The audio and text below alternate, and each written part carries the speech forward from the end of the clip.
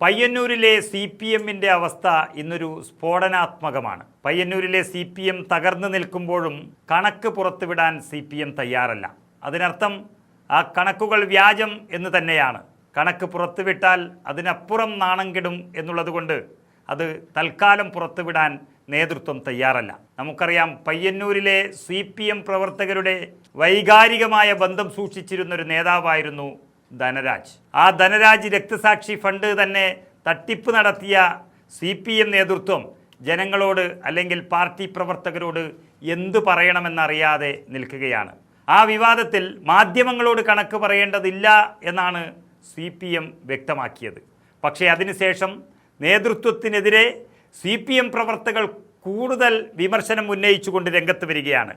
മാധ്യമങ്ങൾ ജനങ്ങളെയാകെ പ്രതികരിക്കുന്നവരല്ല എന്നും വരവ് ചെലവ് കണക്കുകൾ പാർട്ടി കമ്മിറ്റിയിലാണ് നമ്മൾ പറയാറുള്ളത് എന്നുമാണ് നേതൃത്വം പറഞ്ഞിരിക്കുന്നത്.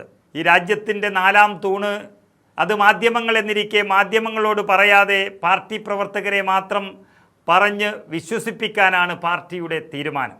പൊതുജനങ്ങൾ ആവശ്യപ്പെട്ടാൽ മാത്രം കണക്ക് കൊടുക്കുമെന്ന് പറയുന്നത് ഒരിക്കലും ജനാധിപത്യപരമല്ല.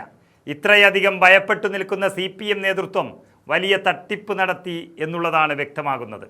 നമുക്കറിയാം, കുഞ്ഞികൃഷ്ണൻ എന്ന ഒരു കീഴിൽ പയ്യന്നൂരിലെ പാർട്ടി പ്രവർത്തകർ അണിനിരക്കുമ്പോൾ CPMന് അത് വലിയ പ്രശ്നം തന്നെയാണ്.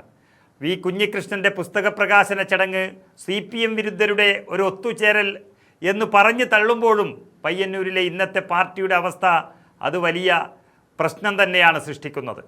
92 ലക്ഷം രൂപ നഷ്ടപ്പെട്ടു എന്ന പരാമർശം കുഞ്ഞികൃഷ്ണൻ്റെ ഭാവനാവിലാസം മാത്രമാണെന്ന് ജില്ലാ സെക്രട്ടറി രാകേഷ് പറയുമ്പോഴും ആ കണക്ക് ശരിയാണ് എന്ന് പറയുന്നതല്ലാതെ മാധ്യമങ്ങളോട് ആ കണക്ക് ബോധിപ്പിക്കേണ്ട കാര്യമില്ല എന്നുകൂടി പറഞ്ഞു വെക്കുന്നു. അതിനർത്ഥം കണക്ക് ഞങ്ങളുടെ കയ്യിലുണ്ട്, പുറത്തു പറയാൻ കഴിയില്ല എന്നുള്ളത് വ്യാജം തന്നെയെന്ന് 100 പ്രാവശ്യം പറയുന്നതിന് തുല്യമാണ്. മാധ്യമങ്ങൾ ജനങ്ങളെയാകെ പ്രതിനിധീകരിക്കുന്നവരല്ലെന്നും പാർട്ടി അംഗങ്ങളിൽ നിന്നും പാർട്ടിയുമായി ബന്ധപ്പെട്ട സഹകരണ ജീവനക്കാരിൽ നിന്നും ധനരാജ് രക്തസാക്ഷി ഫണ്ട് ശേഖരിച്ചത് അവർക്ക് മുന്നിൽ മാത്രം കണക്ക് പറഞ്ഞാൽ മതിയെന്ന ഒരു വിചിത്രവാദമാണ് CPM നേതൃത്വം പറഞ്ഞിരിക്കുന്നത്. ബഹുജനങ്ങളിൽ നിന്ന് ഫണ്ട് ശേഖരിച്ചിട്ടില്ല. പാർട്ടി യോഗങ്ങളിലെല്ലാം ഇതിൻ്റെ കണക്ക് അവതരിപ്പിച്ചിട്ടുമുണ്ട്. കുഞ്ഞികൃഷ്ണൻ തരം താണ രീതിയിലാണ് പുസ്തകം പ്രസിദ്ധീകരിക്കും മുൻപ് കണക്ക് പുറത്തുവിടണമെന്ന് പറഞ്ഞിരിക്കുന്നത്. എല്ലാ ബൂത്ത് കമ്മിറ്റികളിലും പാർട്ടിയുടെ അനുഭാവി യോഗം ചേരുന്നുണ്ട്.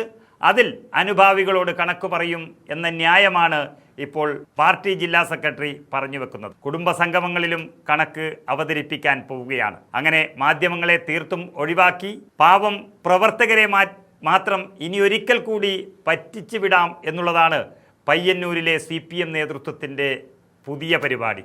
കണക്ക് പറയാൻ കഴിയാത്ത ജില്ലാ സെക്രട്ടറി അങ്ങനെ കിടന്ന് ഉരുളുകയാണ്.